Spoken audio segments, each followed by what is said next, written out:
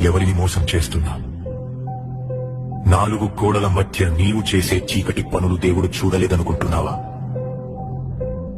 బయటకి భక్తుడిలా నటిస్తూ లోపల కుళ్ళిపోయిన శవంలా మారుతున్నావు.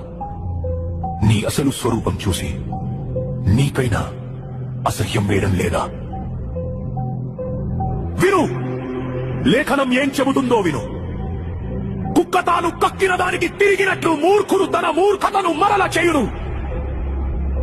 మళ్ళీ అదే పాపం, మళ్ళీ అదే అబద్ధం, మళ్ళీ అదే వ్యభిచారం.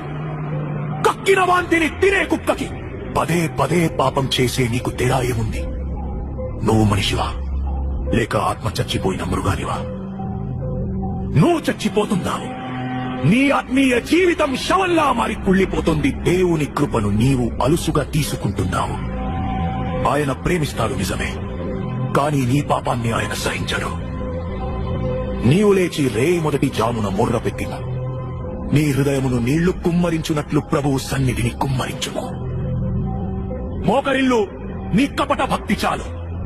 నీ పాపం వల్ల నీ ఆత్మీయ బిడ్డలు మూర్ఛిల్లుతున్నారు. నీ చేతులను ఆకాశం వైపు ఎత్తి క్షమాపణ అడుగు. ఇది నీ ఆత్మను బ్రతికించుకోవడానికి